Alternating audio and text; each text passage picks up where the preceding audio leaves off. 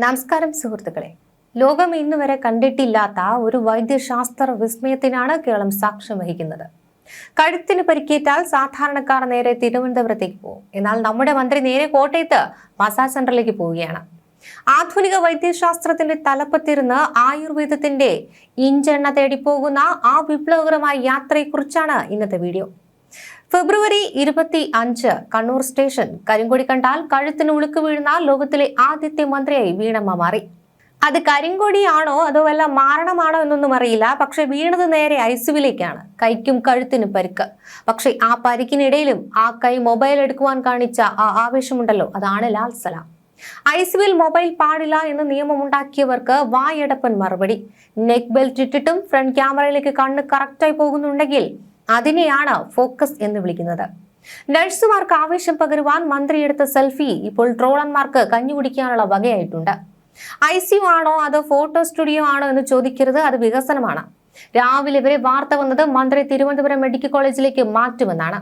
പക്ഷെ പൊടുന്നിനെ ഒരു twist. Medical board കൂടി ചർച്ച നടത്തി അവസാന തീരുമാനം വന്നു. ആധുനിക മെഡിസിൻ വേണ്ട, നമുക്ക് കോട്ടയത്ത് പോയി കുറച്ച് കിഴിയും മസാജും നടത്താം. സ്വന്തം വകുപ്പിലെ ഡോക്ടർമാരെ വിശ്വസിക്കാതെ ആയുർവേദത്തിലേക്ക് വണ്ടി വിട്ട മന്ത്രിയുടെ ആത്മവിശ്വാസം സമ്മതിക്കണം. കണ്ണൂരിൽ നിന്ന് കോട്ടയം വരെ റോഡ് മാർഗം യാത്ര ചെയ്താൽ കഴുത്തിന് സുഖം കിട്ടുമോ അതോ ഉള്ള പരിക്ക് കൂടുമോ? കേരളത്തിലെ റോഡുകളിലെ കുഴികൾ മന്ത്രിയുടെ കഴുത്തിന് ഒരു നാച്ചുറൽ ഫിസിയോതെറാപ്പി നൽകുമെന്ന് പാർട്ടി കരുതുന്നുണ്ടാകണം. മാത്രമല്ല, ഈ യാത്രക്കിടയിൽ ഏതെങ്കിലും കവലയിൽ വെച്ച് ഒരു കരിങ്കൊടി കൂടി കണ്ടാൽ കഴുത്ത് പഴയപടി നേരെയാകുവാനും സാധ്യതയുണ്ട്. എന്തായാലും മന്ത്രിക്ക് വേഗം സുഖമാകട്ടെ. ആയുർവേദ ചികിത്സ കഴിഞ്ഞ് വരുമ്പോൾ കഴുത്ത് കൂടുതൽ ഫ്ലെക്സിബിൾ ആകട്ടെ എന്നൊക്കെയാണ് ആശംസകളായി സോഷ്യൽ മീഡിയയിൽ ഉയരുന്നത്. നമ്മുടെ മെഡിക്കൽ കോളേജുകളിൽ എല്ലാ സൗകര്യമുണ്ടെന്ന് പ്രസംഗിക്കുന്ന അതേ നാവ് കൊണ്ട് തന്നെ വേണം എനിക്ക് ആയുർവേദം മതി എന്ന് പറയാൻ. ഇതിനെയാണ് ഡയലക്റ്റിക്കൽ മെറ്റീരിയലിസം എന്ന് പറയുന്നത്. അതായത് മരുന്ന് അലോപ്പതിയും മനസ്സ് ആയുർവേദത്തിലുമാണെന്ന് ചുരുക്കം. പരിയാരത്തെ ഡോക്ടർമാർ ഡിസ്ചാർജ് സമ്മറി എഴുതിയപ്പോൾ അതിലൊരു കുറിപ്പ് കൂടി ഉണ്ടായിരുന്നു പോലും. സാറേ, ഇവിടെയും വേദന സംഹാരികൾ ഉണ്ടായിരുന്നു, പക്ഷെ മന്ത്രിക്ക് വേണ്ടത് ആവി കൊള്ളലാണ്. കഴുത്തിന് പരിക്കേറ്റ് ഒരാൾ 250 കിലോമീറ്റർ റോഡ് മാർഗം യാത്ര ചെയ്യുക. ഒന്നുകിൽ നമ്മുടെ റോഡുകൾ സ്വിറ്റ്സർലാൻഡിലേതുപോലെ ആയതുകൊണ്ടായിരിക്കണം, അല്ലെങ്കിൽ മന്ത്രിയുടെ കഴുത്തിന് സ്പ്രിങ് ഘടിപ്പിച്ചിട്ടുണ്ടാകണം. ഈ കുണ്ടിലും കുഴിയിലും ചാടുമ്പോൾ കഴുത്തിലെ ഡിസ്കിന് പകരം ഇരിക്കട്ടെ കുറച്ച് ഡിസ്കോ ഡാൻസ് എന്ന് മന്ത്രി കരുതി കാണും. ഡൽഹിയിൽ കെജ്രിവാളിന് ആശ്വാസം കിട്ടിയ ദിവസം തന്നെ വീണമ്മയ്ക്കും ആശ്വാസം കിട്ടി. പക്ഷെ വ്യത്യാസം ഇതാണ്, കെജ്രിവാളിന് ആശ്വാസം കിട്ടിയത് കോടതിയിൽ നിന്നാണെങ്കിൽ വീണമ്മയ്ക്ക് അത് കിട്ടിയത് പരിയാരം മെഡിക്കൽ കോളേജിൽ നിന്നാണ്. ഒരാൾ CBIയെ തോൽപ്പിച്ചു, മറ്റൊരാൾ കരിങ്കൊടിയെ തോൽപ്പിച്ചു. അത് കരിങ്കൊടിയോട് തോറ്റുവെന്നും സംശയമുണ്ട്. ഇനി ആ കരിങ്കൊടി കാണിച്ച KC-ക്കാരെ സമ്മതിക്കണം. ഒരു തുണി വീശിയപ്പോൾ കഴുത്തിന് ഇത്രയും വലിയ പരിക്കുണ്ടാക്കുവാൻ ഇവർക്ക് എങ്ങനെ കഴിഞ്ഞു? ഇതിന് ഫിസിക്സിൽ എന്തെങ്കിലും തിയറി ഉണ്ടോ എന്ന് ഐസക് സാറിനോട് ചോദിക്കേണ്ടി വരും. ഒരുപക്ഷെ ആ കറുത്ത തുണിയിൽ ബ്ലാക്ക് മാജിക് ഉണ്ടായിരുന്നു. മന്ത്രിയുടെ കഴുത്ത് ഉളിക്കിയതല്ല, അത് കേരളത്തിന്റെ രാഷ്ട്രീയ ആരോഗ്യ രംഗത്തിന്റെ ഒരു ലക്ഷണമാണ്. എന്തായാലും കോട്ടയത്തെ ചികിത്സ കഴിഞ്ഞ് മന്ത്രി തിരിച്ചു വരുമ്പോൾ നമുക്ക് പ്രതീക്ഷിക്കാം ഇനി കരിങ്കൊടി കണ്ടാൽ കഴുത്ത് വെട്ടിച്ചു മാറ്റി സെൽഫി എടുക്കാൻ അവർക്ക് കഴിയുമെന്ന്. സോഷ്യൽ മീഡിയയിൽ വൈറലാകാൻ ഈ പരിക്ക് മാത്രം മതിയായിരുന്നു. സാധാരണ പരിക്കേറ്റാൽ നമ്മൾ ആംബുലൻസ് വിളിക്കും. പക്ഷെ നമ്മുടെ മന്ത്രിക്ക് തന്റെ ഔദ്യോഗിക വാഹനം മതി. പരിക്കേറ്റ കഴുത്തുമായി ആ കുലുക്കവും സഹിച്ച് ഇത്ര ദൂരം യാത്ര ചെയ്ത മന്ത്രിയെ ഗിന്നസ് ബുക്കിൽ ചേർക്കണം. ഇതിനെയാണ് വിപ്ലവകരമായ സഹന ശക്തി എന്ന് പറയുന്നത്. അതുമല്ലെങ്കിൽ ആ കാർ സീറ്റ് അത്രയ്ക്കും കംഫർട്ടബിൾ ആയിരിക്കണം. കഴിഞ്ഞ ദിവസം ഓൺലൈനായി രാത്രി മെഡിക്കൽ ബോർഡ് കൂടി. ഡോക്ടർമാർ സ്ക്രീനിലൂടെ നോക്കി പറഞ്ഞു, മന്ത്രിയമ്മേ കുഴപ്പമൊന്നുമില്ല, അങ്ങോട്ട് വിട്ടോ. ഈ ഓൺലൈൻ ചികിത്സാ രീതി എന്തായാലും കേരളത്തിലെ സാധാരണക്കാർക്ക് ലഭ്യമാക്കണം. അതാകുമ്പോൾ ആശുപത്രിയിൽ ക്യൂ നിൽക്കണ്ടല്ലോ. വാട്സാപ്പ് വീഡിയോ കോളിലൂടെ എല്ല് ഒടിഞ്ഞതും മാറ്റാം. പ്രതിപക്ഷം ചോദിക്കുന്നു, ICUവിൽ എങ്ങനെ ഫോൺ കയറ്റി? മന്ത്രിയുടെ മറുപടി, അത് എന്റെ ഫോണല്ല, നഴ്സിന്റെ ഫോണാണ്. അപ്പോൾ ICUവിൽ നഴ്സുമാർക്കൊക്കെ ഫോൺ ഉപയോഗിക്കാമോ? അതോ മന്ത്രി വരുമ്പോൾ മാത്രം റേഞ്ച് കിട്ടുന്ന സ്പെഷ്യൽ ICU ആണോ ഇത്? എന്തായാലും ആ സെൽഫി എടുത്ത നഴ്സിന് ഒരു പ്രൊമോഷൻ കൊടുക്കണം. കാരണം മന്ത്രി ഇത്രയും സുന്ദരിയായി മറ്റൊരു ക്യാമറയും പകർത്തിയിട്ടില്ല. ആയുർവേദം നല്ലതാണ്, പക്ഷേ ഈ രാഷ്ട്രീയക്കാർക്ക് വേണ്ടത് ശരീരത്തിനാണോ അത് ബുദ്ധിയാണോ ചികിത്സ എന്നാണ് ജനങ്ങൾ ചോദിക്കുന്നത്. കരിങ്കൊടി കാണുമ്പോൾ കഴുത്ത് വെട്ടിക്കുന്നത് ഒരു റിഫ്ലക്ഷൻ ആക്ഷനാണ്. അത് ചികിത്സിച്ച് മാറ്റാൻ കോട്ടയത്ത് എന്ത് മരുന്നാണാവോ ഉള്ളത്? ഒരുപക്ഷെ കരിങ്കൊടി നിരോധന തൈലം വല്ലതും അവിടെ കിട്ടുമായിരിക്കും. അപ്പോൾ കാര്യങ്ങൾ ഇങ്ങനെയൊക്കെയാണ്. പരിക്കേറ്റത് മന്ത്രിക്ക്, ബുദ്ധിമുട്ടിയത് ഡോക്ടർമാർക്ക്, ആഘോഷിച്ചത് ട്രോളന്മാർ. ഈ നാടകം ഇനിയും തുടരും. അടുത്ത തെരഞ്ഞെടുപ്പ് വരുമ്പോൾ ഇക്കഴുത്തിലെ ബെൽറ്റ് വോട്ടായി മാറുമെന്ന് കണ്ടറിയാം.